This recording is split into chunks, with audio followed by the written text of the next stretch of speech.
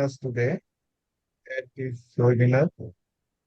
So we have a very interesting talk today, uh, research by Nayan bin Khalid. Nayan bin Khalid is a PhD candidate at Michigan State University. Michigan State University is one of the top university globally and also in the USA. And the title of his talk is Social Network and Peer Traits in Agricultural Technology Adoption, Long-Term Evidence from Tanzania. And to discuss and give the feedback and comment, we have distinguished discussion, Dr. Munshi Sulaiman. Dr. Sulaiman is research director at BIDT, Bangladesh Institute of Governance Studies. Dr. Sulaiman has a number of publications on similar topic in top-ranked journals. So we are looking forward to the presentation and to his feedback. So the way we do this webinar is that first the presenter will have about 20 minutes to share his research. Then we will have comment from the discussion about 10 to 15 minutes. And then we open the floor to have questions from the audiences. Then we go back to our presenter to hear his response to the questions. So before I give the floor to Nahian, let me now request Dr. Abu Yusuf. He is the Executive Director of RAPI and also Professor of Developing Studies at the University of Dhaka.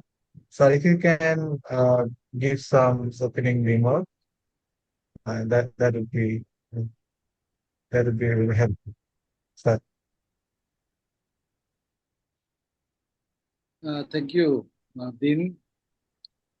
I think this is our regular program, rapid webinar series, and I must congratulate Nahian bin Khaled for his time despite the busy schedule. I know how difficult it is in the PhD time to manage time, but as part of your, PhD work, so I think our audience, they will be highly benefited and equally they will be encouraged. How being a Bangladeshi and graduate from Bangladeshi University can pursue PhD in university like Michigan University, though Dr. Din Islam from Boston University. But you are the best example in front of us. Our next generation or young researcher, they will be highly encouraged on your through your presentation. So this is an opportunity. I think we invite young researcher, our youth, or also regular students in different universities, not only Dhaka University, outside Dhaka University, also those who are interested. So this is an opportunity for them as well. So without further delay, I welcome you and also invite you for your presentation. And also, Munshi Bhai, thank you very much for your participation as well. I know you are a very renowned researcher in our country. So thank you very much for your participation in this webinar as well. Babu Bhai, thank you so much for your participation as well. And of course, I welcome all the participants in this wonderful endeavor. Over to Dean. Thank you. Thank you so much, sir, for your comment and welcome remarks. So let me now go straight to Nahian. Nahian, please take next 20-25 minutes for your presentation. Sorry, sir. How many minutes I'm given? About 20-25 minutes. Is that okay? Okay. Yeah. Of course. Thank you, sir. Okay. Let me share my screen quickly. Can you see my screen? Okay, great. Okay, thank you. Thank you, Dean sir, Yusuf sir, for giving me the floor, and thanks to Rapid for organizing this webinar. This is, I think for me, it's a wonderful opportunity to interact with my fellow professors from Dhaka University, and also I can see many of my juniors from Economics Department, University of Dhaka, and thanks to you all for attending this, and also many others who are joining this webinar. It's been a pleasure to meet you here.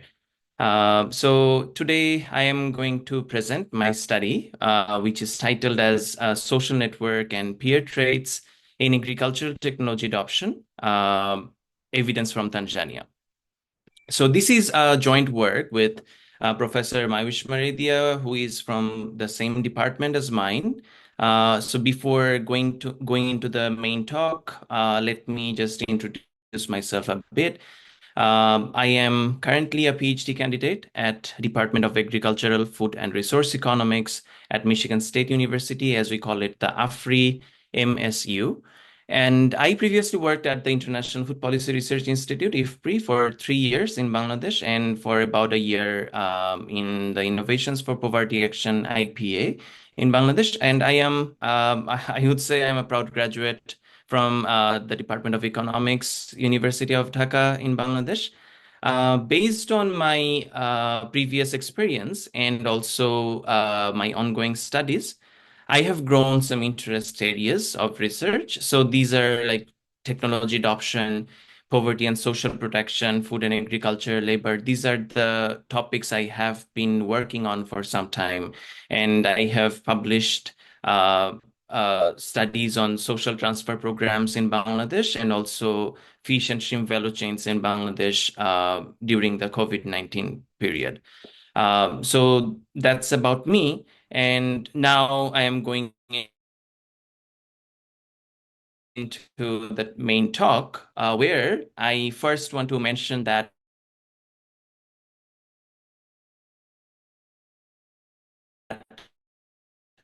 like actually, and also today's talk is about agriculture, so it's consequential in agriculture as well. So if you think of an improved seed variety like this, if you want to promote this among farmers, usually like they're accustomed to using traditional varieties of seed. And let's say this is an improved variety of seed and you are like promoting this, you are disseminating the information.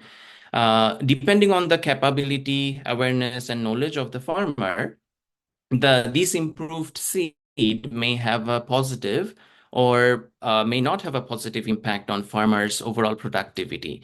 Let's say it has a positive impact on farmers' productivity. It will have a positive impact on farmers' livelihood consequentially, and then countries' overall productivity may have been impacted by this improved variety seed. And this is how an improved technology works. Same goes for digital devices, machineries, and advanced technologies in agriculture. This is how it is consequential across agricultural fields. But we want to know, how do farmers learn about these new technologies? Government and NGOs use a variety of extension activities, but as we know, for a low and middle income country, uh, promoting technologies among farmers has remained a challenge because there is limited financial and workforce capacity in the agricultural extension system. And therefore, technology adoption remains sometimes frustratingly low. So there are some alternative ways. Farmers learn by doing. They use the technology by themselves. And they also learn from others. They have other farmers or friends or peers in their vicinity. And there are volunteer lead farmers who are posed by the agricultural extension system. And this is how they learn from others. In this study, we are focusing on this learn from others part. How do farmers learn from their peer farmers? Let's say we are talking about farmers' connection. Farmers are likely to have friends, family, mentors, which form their social connection within the same village. Let's see here, we can see two pink individuals. We call them the lead farmers within a village setting, and they have the prior information about the technology we want to disseminate. Since they have the first information, those who are connected to these two lead farmers may get the information faster than the other individuals. And also, those who are connected to the persons who are connected to the lead farmers, they can also get the information from them. And this is how an information is getting disseminated about a technology. In social network literature, we call each individual a node. And this is how they are connected. And the connection between them is called an aegis. So this is how an aegis is formed, and this is how the nodes are formed. And this is how a social network is being formed. Analyzing social network can shed light on the learning process and how programs or intervention may spill over and affect others in a community not directly involved in the program or the intervention. Therefore, we ask these two research questions in our study.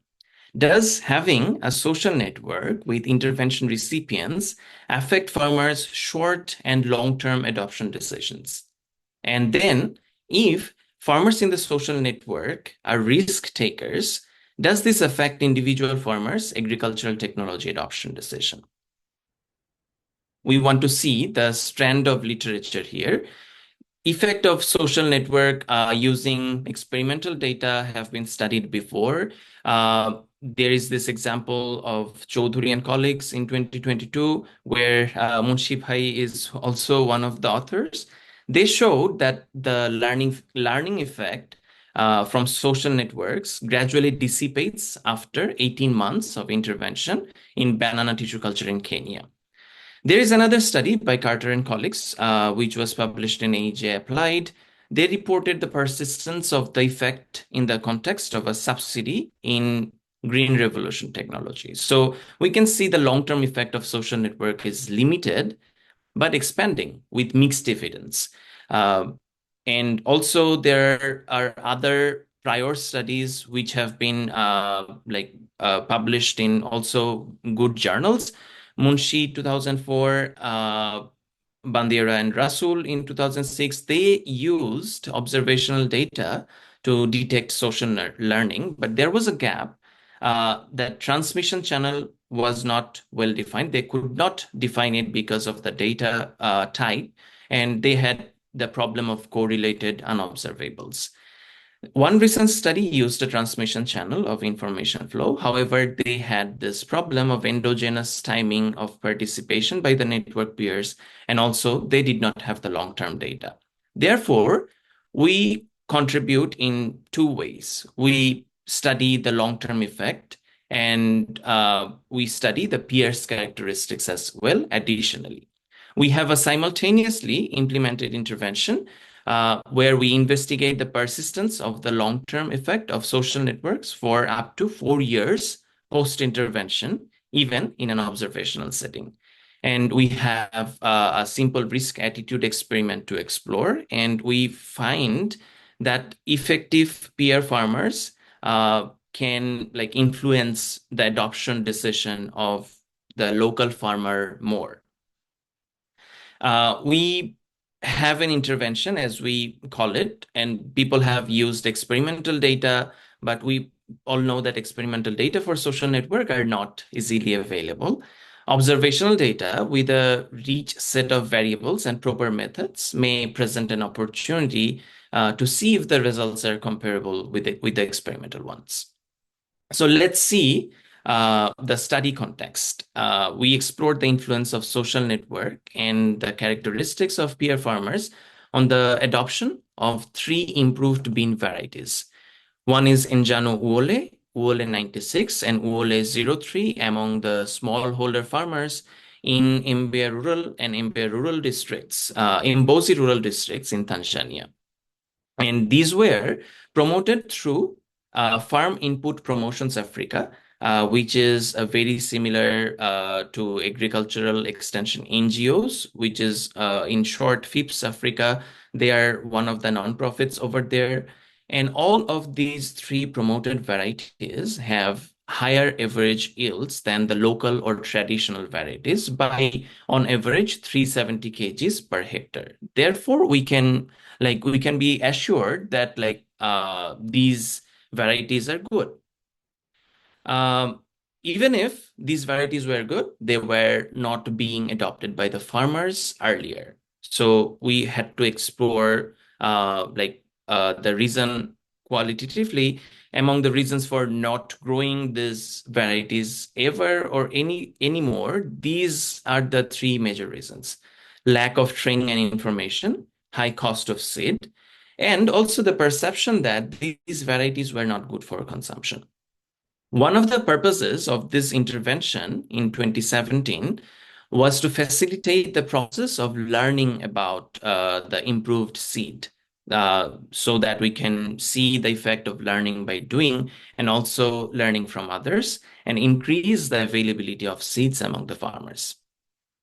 So how did the intervention go? This study included 32 villages in the Mbeya rural and Mbozi rural districts, and FIPS Africa trained lead farmers in these 32 villages in 2017. The lead farmer in each village set up a demonstration plot to showcase the improved varieties alongside the predominant local variety.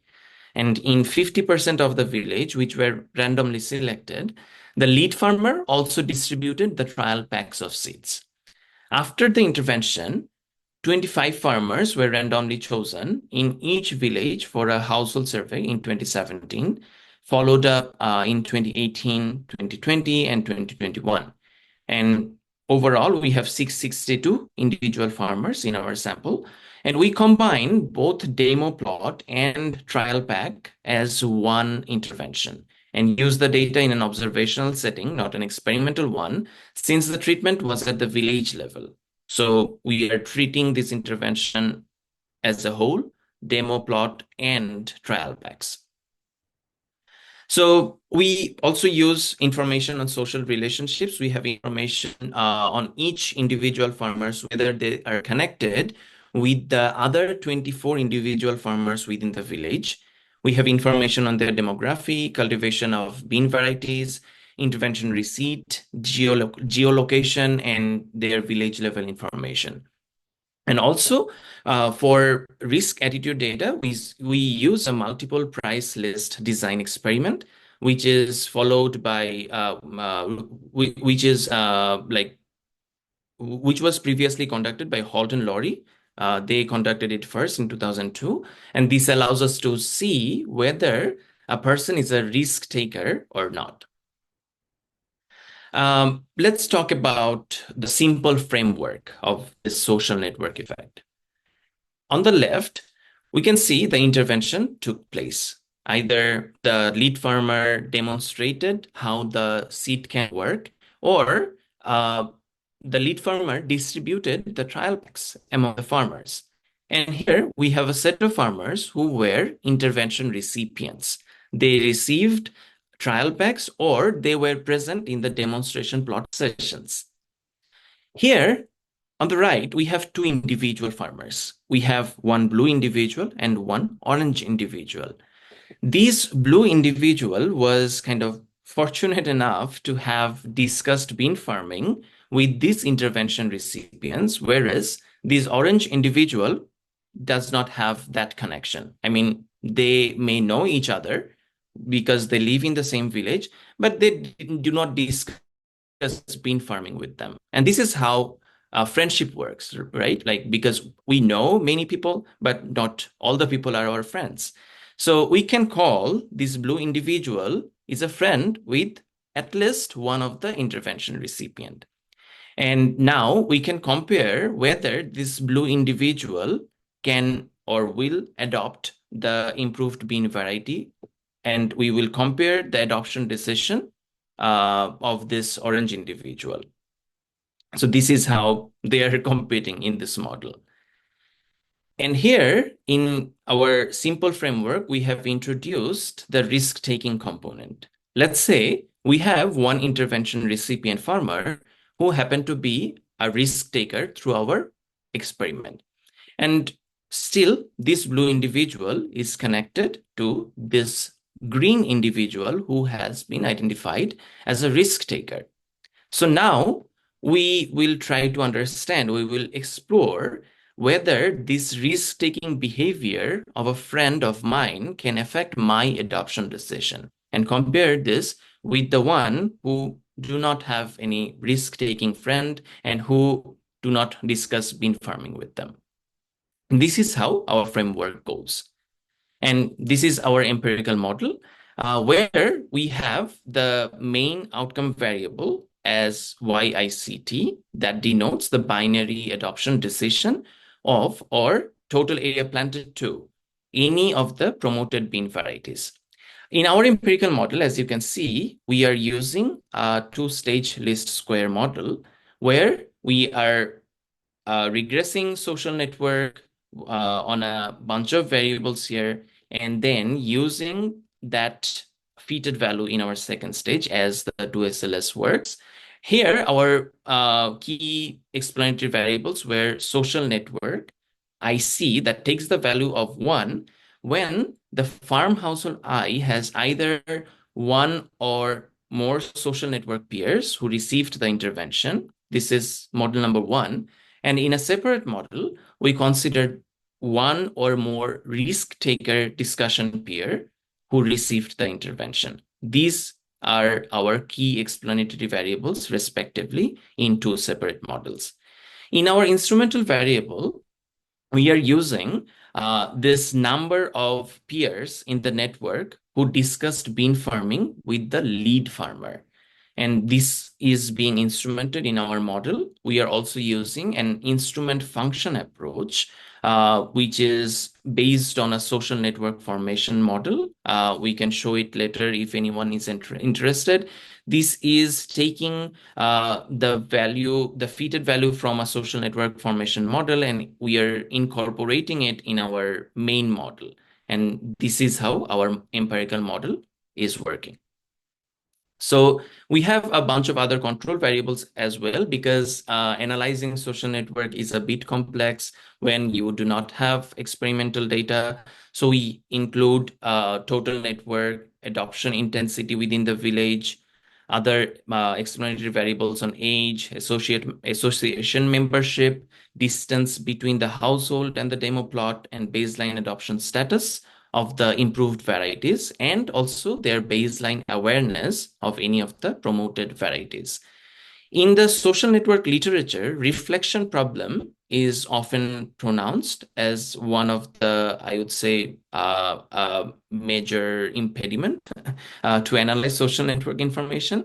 So we claim in our study that establishing a transmission mechanism, forming an instrument function for social network formation, and also using this instrumental variable mitigate the reflection problem as described by Mansky in 1993. Sir, may I ask how I am doing in terms of time?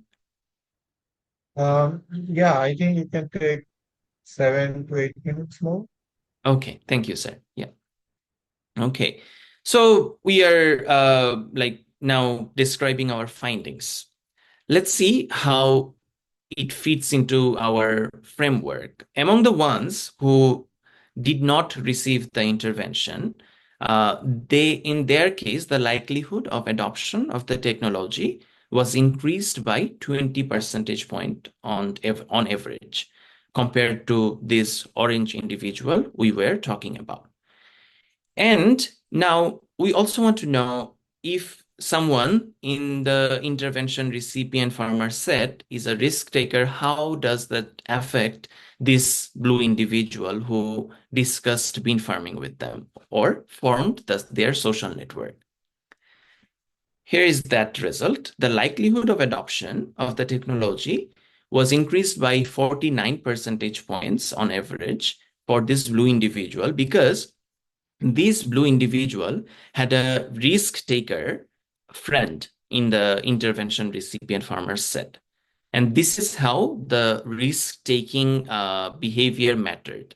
In our case, just to give you a bit of a context, like in our case, we like saw that these risk-taking farmers are more likely or more open to adopt a new technology. And this is how this risk-taking individual is transmitting their behavior into the farmers who are friends with them.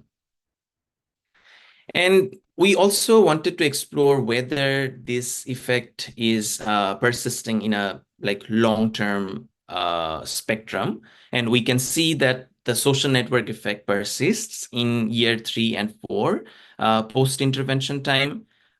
Just to like remind you, the intervention was in 2017, and 2018 was just the immediate year after the intervention. Here we can see like having social network member matters. And also in the year of 2020 and 2021, we can see the effect persists. And in this table, we have a spillover subset, and we also have the whole sample.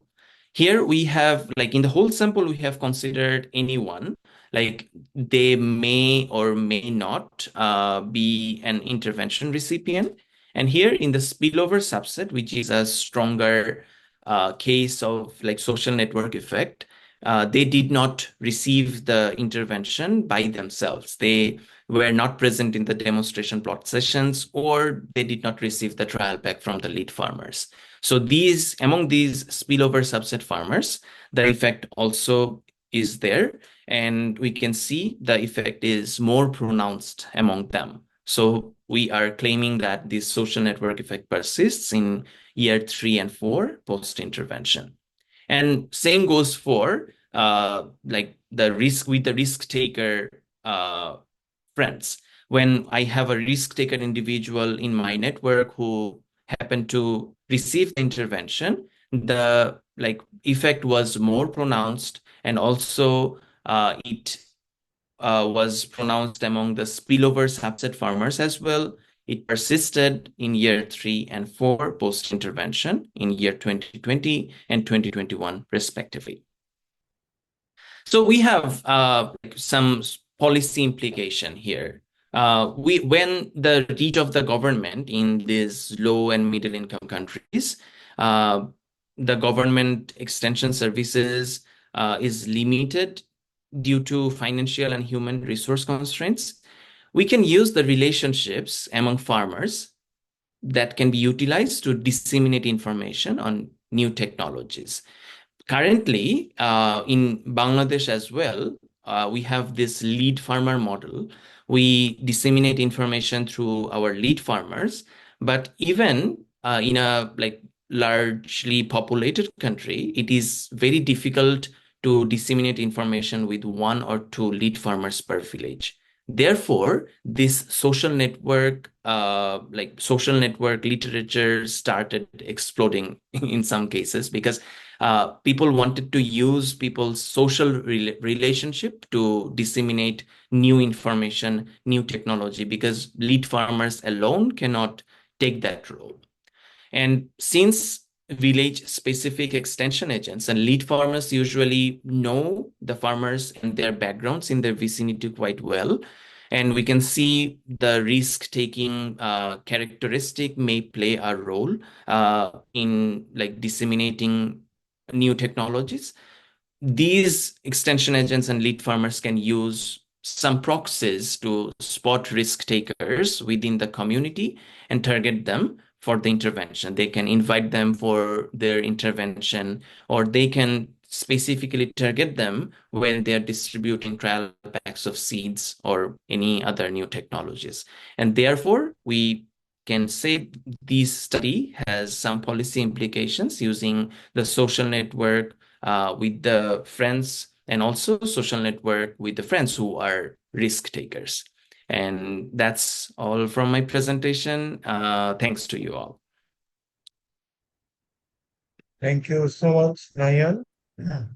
You are just right on time. So Thank you. thank you again. So let me now request our distributed discussion, like Mrs. Laiman, if you can take next about 15 minutes to provide feedback to Nayan. Sure, thank you. Yeah, I may not need 15 minutes, but yeah, I have a few sort of comments or maybe clarifications, so maybe there can be a little interaction around the sort of technical side of it, and a couple of sort of suggestions, sort of things to consider as possible extension.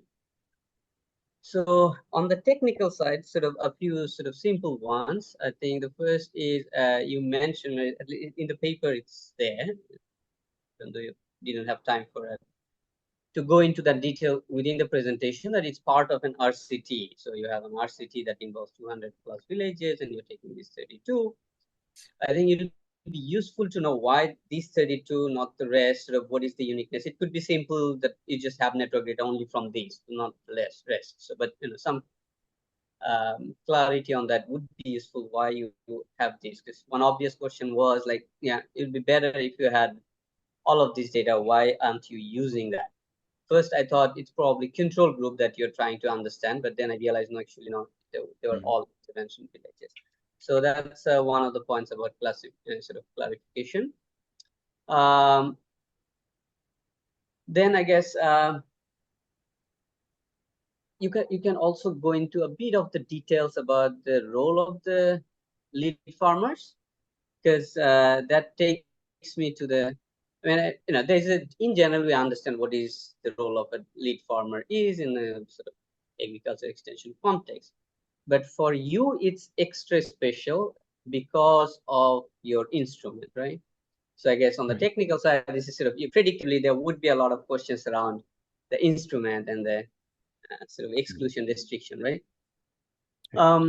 So what you're using is if the people in my network have interacted with the lead farmer, and therefore that may have instigated them to receive the intervention, and therefore the effect of that on me, on my adoption decision.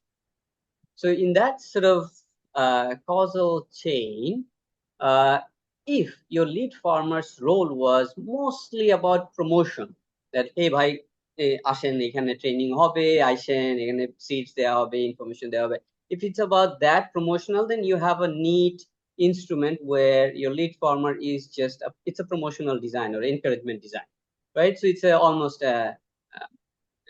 an RCT in some ways. However, if the lead farmer is involved in other activities, like besides the platform, let's say they also start doing marketing services, people start buying things from them.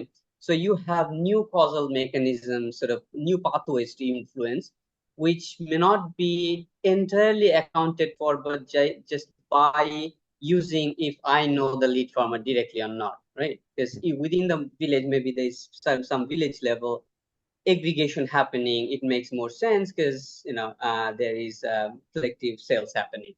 So taking my produce to the market becomes easier. So that's just one of the sort of in exogeneity of these, people will keep coming up with sort of stories after story. So you need to think a little bit.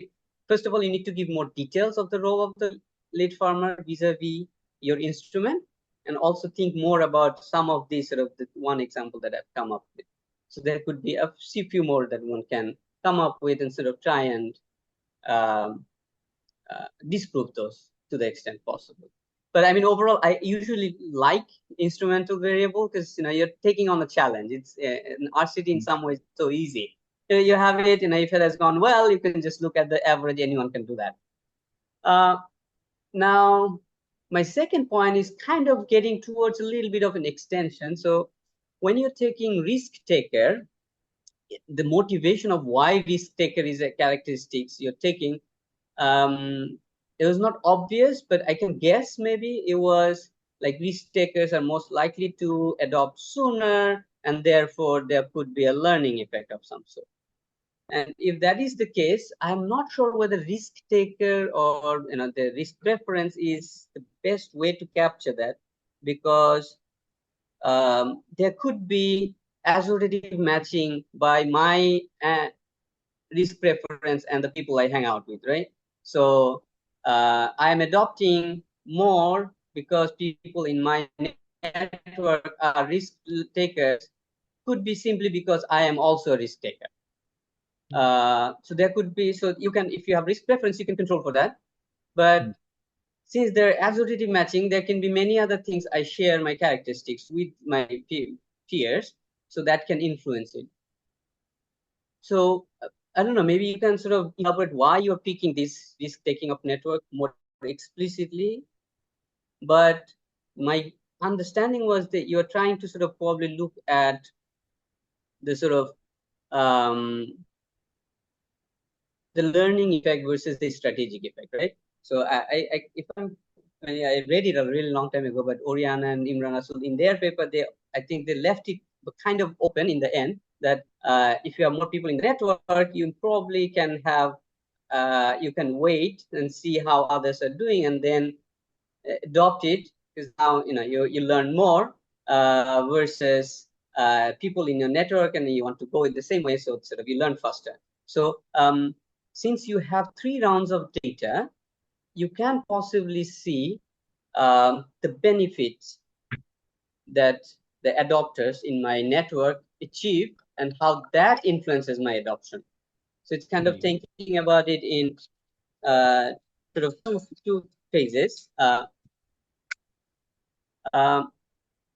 So first, risk taker, instead of risk taker, you try and establish who are the gainers versus not so gainers. And then see if I'm connected with the gainer versus not so gainer, above and median gain.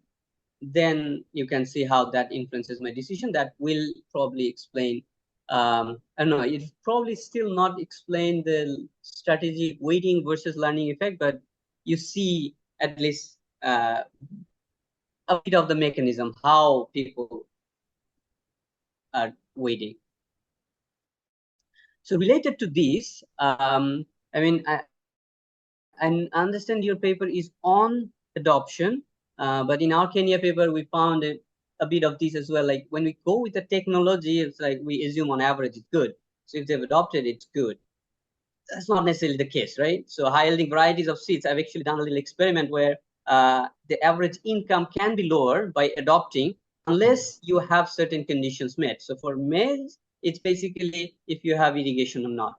So if you have traditional variety and you don't have irrigation systems, your average yield will be higher than if you adopt and don't have the irrigation system. So there are other preconditions. So instead of looking at just the adoption decisions, what's the gain out of this adoption in the first stage could be useful.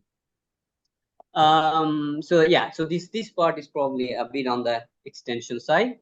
But thanks again for the paper, and thanks to Rapid and Subhai for inviting me. It's fun to sort of engage in these types of discussions. Thank you so much for your very effective feedback. So before we move to our audiences for question and comments, let me now quickly ask Nahian if you have any quick response to Dr. Subhaman. Yes, yeah. Thank you, Mushir Bhai, for wonderful comments. These are very helpful. So about the first observation, so I think if I understood correctly, you asked about like why we are not using the experimental information. So the main reason behind this was the experiment was conducted at the village level. And usually when like social network studies are done, those are like randomized at the individual level, the treatments. And then you get someone in your network randomly. And here, what we have is like the experiment was done at the village level. and the lead farmer was actually the treatment recipient, and like they demonstrated in one group, in the control group, and in the treatment group, they demonstrated and also they distributed the trial pack. So therefore, the individual farmers that we surveyed, they actually did not receive the treatment randomly, and also this was distributed like it has some kind of selection bias because lead farmer distributed and the intervention was at the village level. So that's why we did not use the experimental information here. And we rather had to use, we had to rather form this data in an observational format and treat the demonstration plot and trial pack as one intervention, and then analyze the social network effect of it.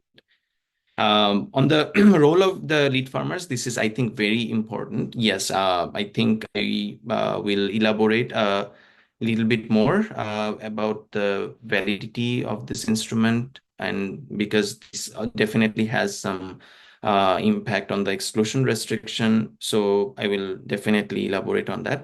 Thank you. And motivation behind using this risk-taking characteristic was, in our paper, we actually, it was in the appendix, but we showed that this risk-taking behavior of one individual usually increases the likelihood of adopting the technology faster, as you said. And about this network formation, like whether they're forming network with the risk taker or not, we try to address this because this is a very important issue. And we try to address this using this social network formation model, and try to understand whether an individual farmers, whether he is a risk taker or not, matters here. Like if he is forming the network with another risk-taking individual, and we use the social network formation model in our in the instrument function as we were talking about. We are taking this as an instrument in our model. And also from this social network formation model, there was another observation or finding that we had is like risk-taking characteristics of farmer himself does not matter here. Like they are forming this network irrespective of their risk-taking behavior. So yeah, so this is how the network is formed, and we are taking that into account.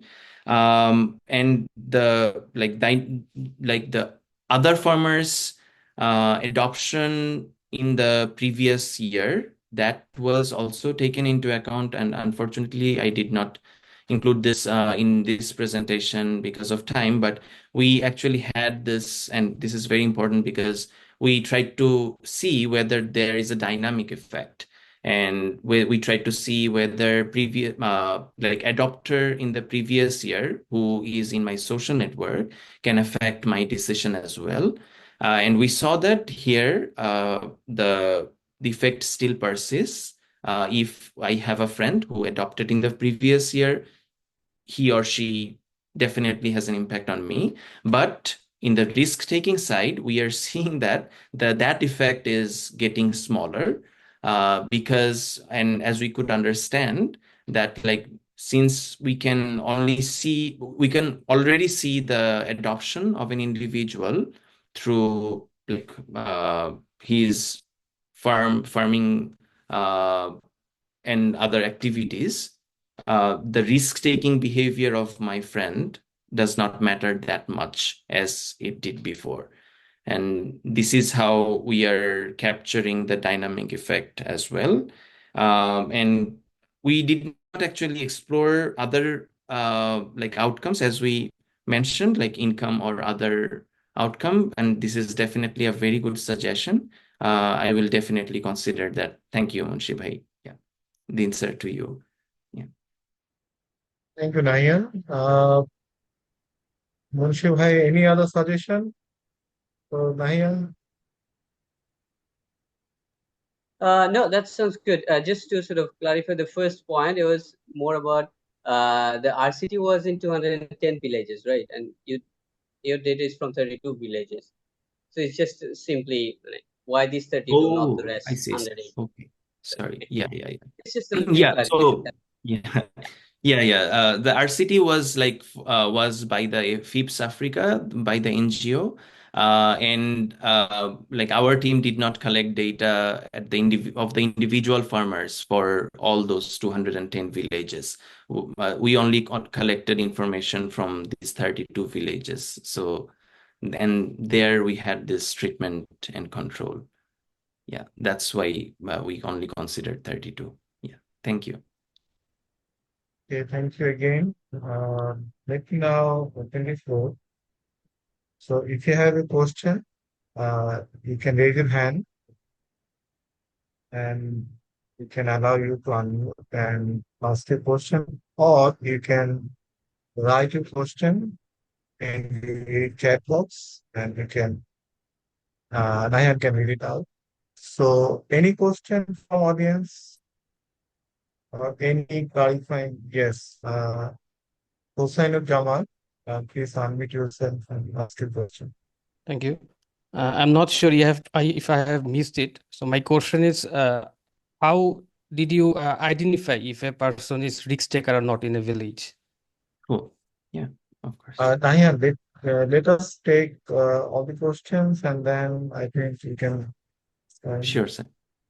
Okay. Any other question? There is one question from Afsara Tasneem in the chat box. So how is the information of social relationships developed and incorporated in this study data part? So she's asking about the relationship build up and then how it's incorporated in the study, still on the data part. Okay. Any other question or comment or any clarifying question?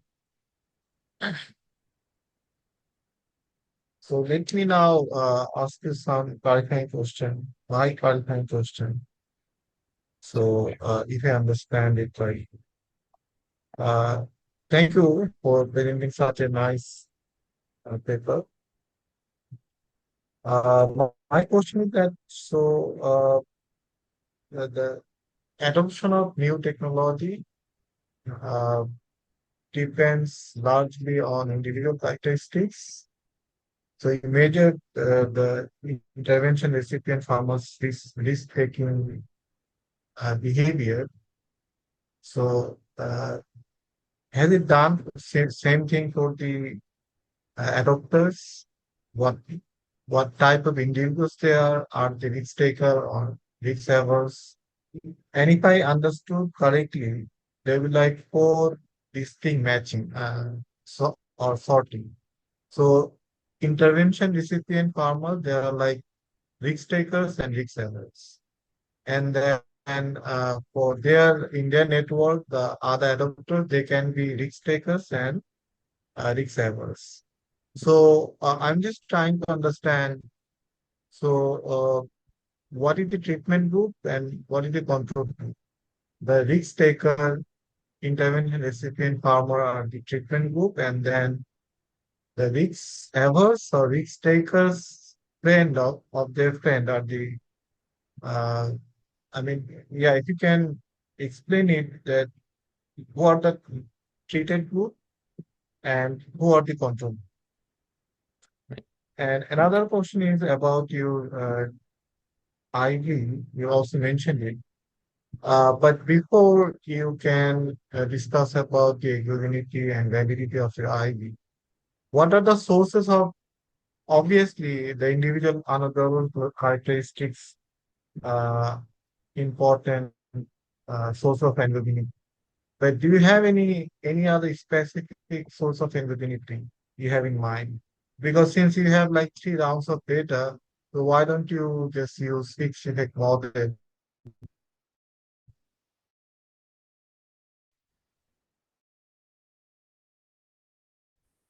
which you my another clarifying question to you is that you at the beginning of the presentation you mentioned that there are some demand side issues that people know that they might be bad for their health. So, if those demand side factors can correlate your findings in some way. If there's like asymmetric information about the uh, how bad the new varieties are for the health or for the individuals, so will it contaminate the adoption of farms? I think there are some other questions from Sami Muhammad. So these are my few questions. If you have time, you can Thank answer you. it. Nahian, you can read it. I think I can also read it to you. Sami Muhammad question is the farmers can have different community dynamics as they can be competitive or cooperative with each other.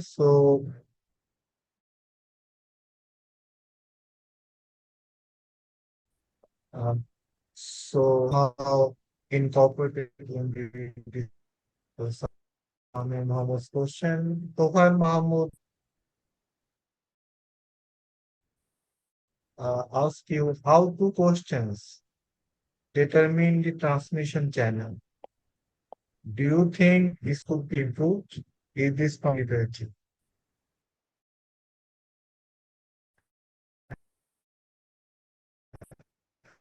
I think you have can.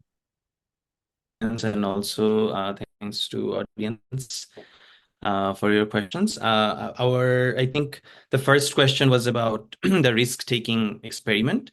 And this was adopted from the study of Holton Lowry, and this is based on a lottery. And here we want to identify whether a person is a risk taker or not. And when we reached out to the person in our sample, we wanted to present them with two sets of lottery. And this is how it looked like. In lottery A, you get 5,000, the local currency for sure. And then in lottery B, there's a coin flip, and you can get the 5,000 currency, and on tail, you get nothing. And this the risk increases as you go along, and this is called the multiple price list design experiment. As you can see here, this is 3,500 for sure, and by coin flip you can get 5,000 or nothing. And this is 5,000 in all the 8 activities. I am showing 4. There were 8 such activities, and the farmer had to decide whether they want to choose lottery A or B.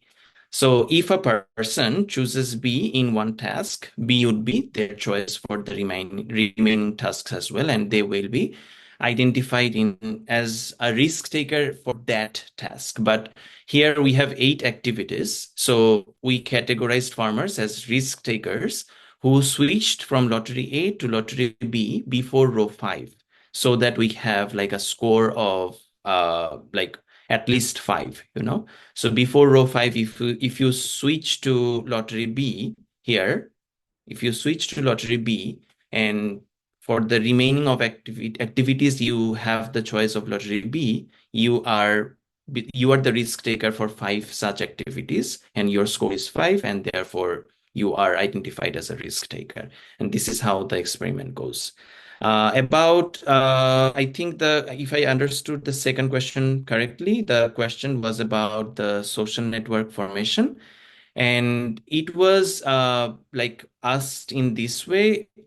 We asked each individual farmer about um, about their relationship with 24 other farmers. So in each village, we had 25 individual.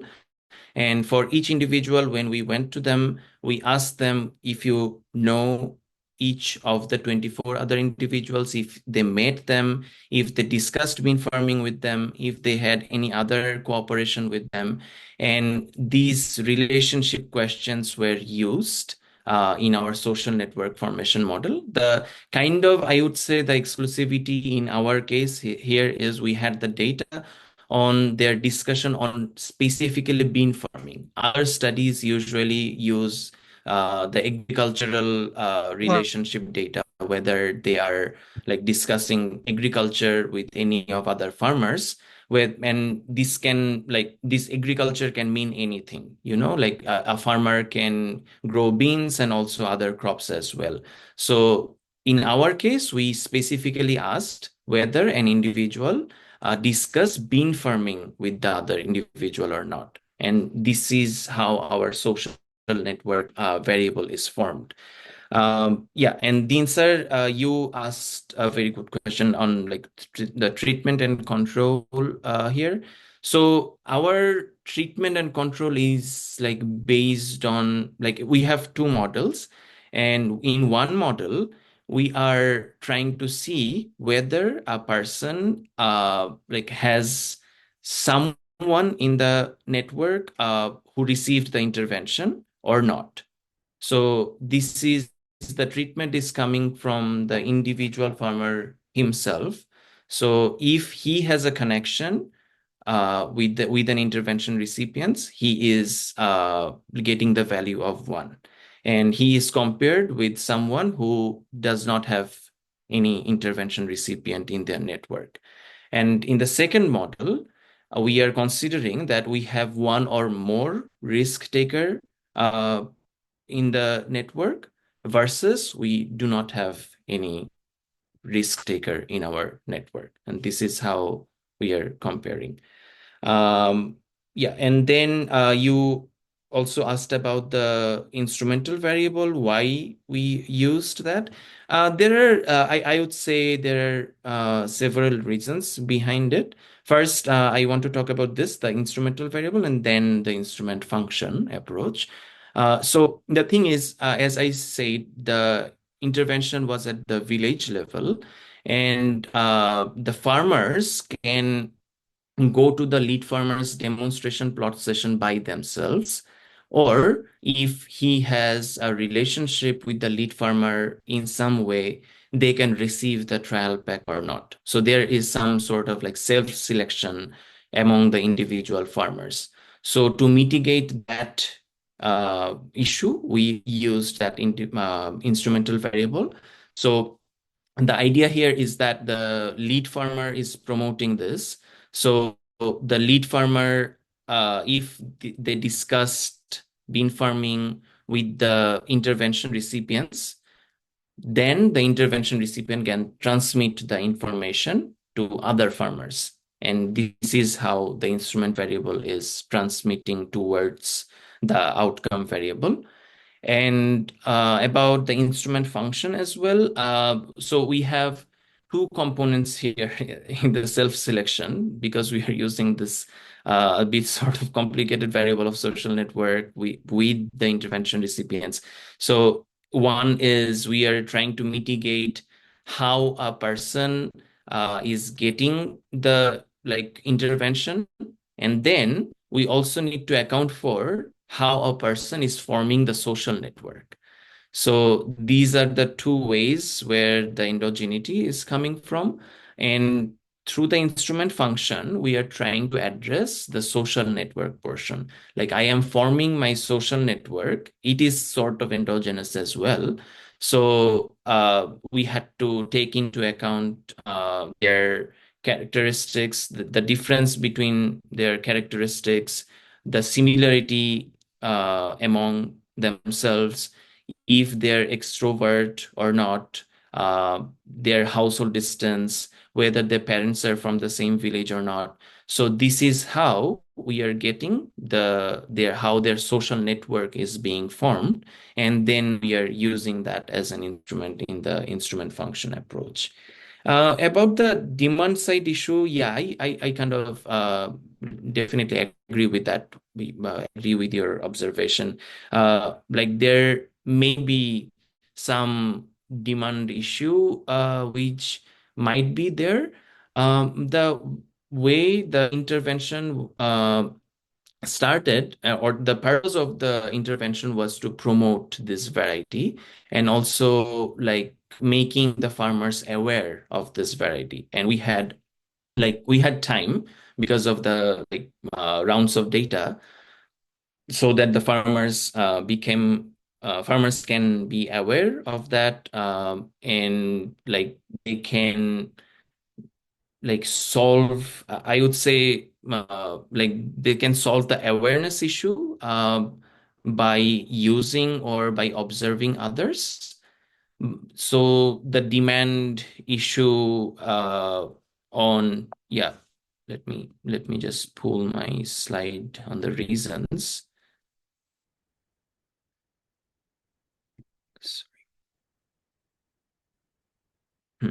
So there are two issues that we tried to address here, like lack of training and information, high cost of seed. The perception issue on regarding the demand side might still be there as a factor. So that can be resolved by, I think, by their using or learning by doing and learning from others. But other than that, I would say this factor remains there.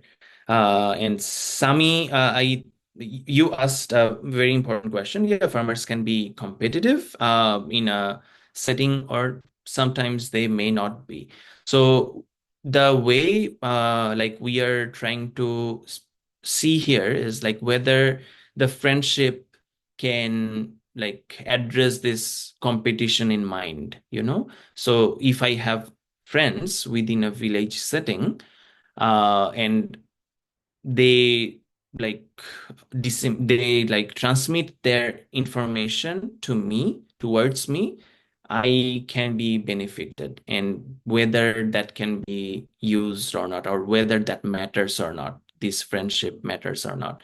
So to some extent, I would say this competition, since we are seeing some good positive effects here, I would say the competition issue may not be a big factor here, but definitely we can, I think we can use other sources of information if we have, whether you feel competitive with other individual or not. If we have that information, we can take that into account in a in a separate model in any other way.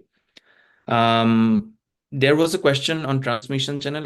I'm sorry, I forgot who asked that. The idea here was that in the framework, that this discussion on bean farming is the source of information transmission. So since we asked one individual that whether you are discussing bean farming with someone else, this is the source of their information transmission. The intervention recipient received some information. Since they discuss bean farming with them, the assumption here is that they discussed about their intervention as well, and this is how the information was getting transmitted.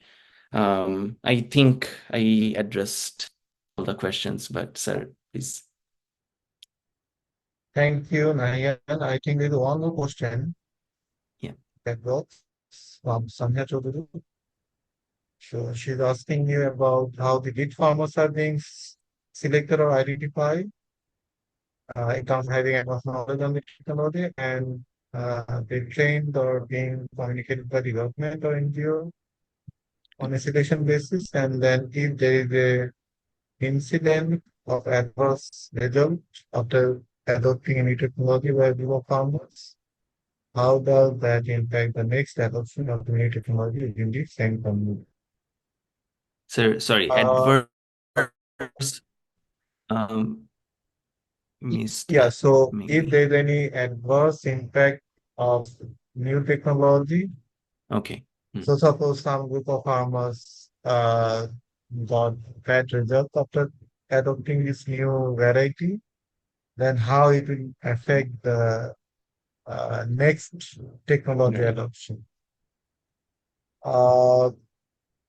Is there any other question before we move to Diane? Any other question or comment?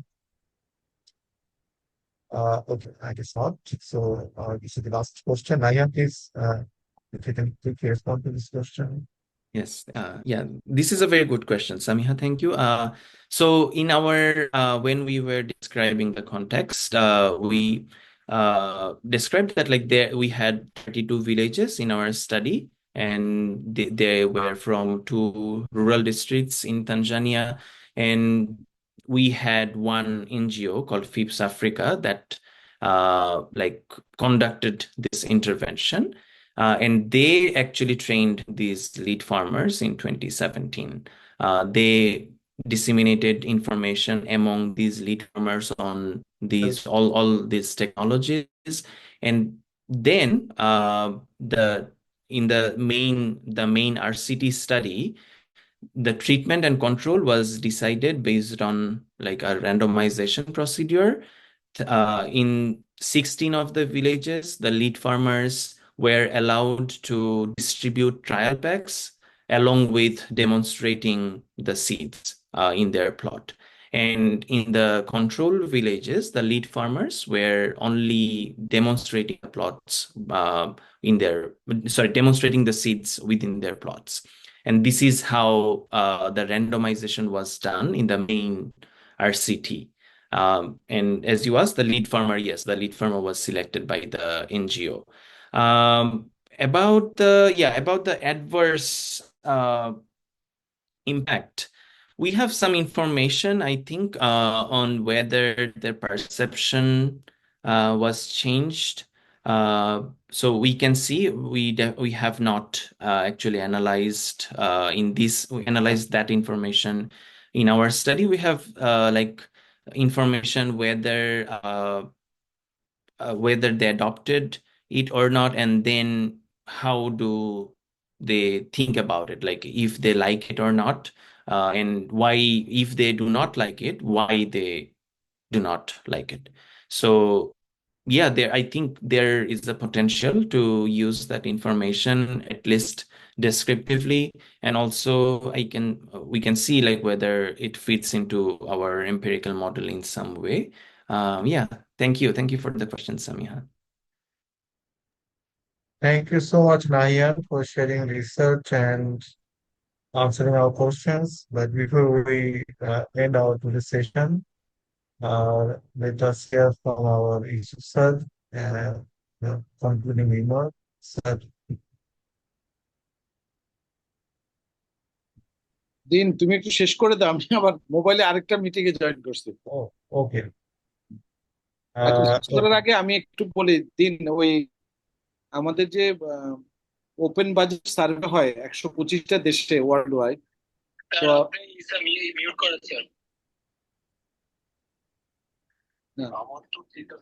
ইয়ে দিন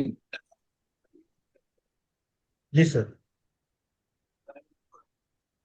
দিন ওই আমরা এই কোনো একটা দিন এরকম 8টার সময় ওই ওপেন বাজেট সার্ভেটা আমরা একটু লঞ্চ করতে চাই, রেজাল্টটা। তো মিনিস্ট্রি অফ ফাইন্যান্স প্লাস ওই যে এফসিডিওর ইসাম এরাও জয়েন করবে। কোন দিন করা আচ্ছা, যায় তুমি একটু দেখো আর কি, আমাদের এই ওয়েবিনার সিরিজের আন্ডারে আমরা এটা একটু রেজাল্টটা একটু, যেহেতু আমাদের র্যাপিড হচ্ছে এটার প্ল্যাটফর্ম, এই রেজাল্টটা একটু লঞ্চ করতে চাই আর কি। হ্যাঁ, শিওর স্যার, আমরা একটু নভেম্বরে এটা করতে পারি। নেক্সট উইকে যদি যে কোনো একটা দিন আর রাত 8টায় তুই। Okay, okay, thank you. Thank you so much sir. Thank you, sir. And thank you, Nayan, and thank all the thank you. participants. Thank you, sir. And this also is Munshi bhai, actually, Munshi Bhai, I think he had another meeting, so he left. So this platform, month webinar, rapid month webinar, is for young researchers. So we'd like to give this platform to all the young researchers to showcase their research, to develop the network and have some quality feedback. And we also want to bring some role model like Nayan so that our young undergrad and master's students will be inspired and be more risk taker, not just risk averse. So I hope you take some risk and do some interesting research, and hopefully you share your research in this platform. So thank you so much for attending us today, and I'd like to invite you to our next month webinar.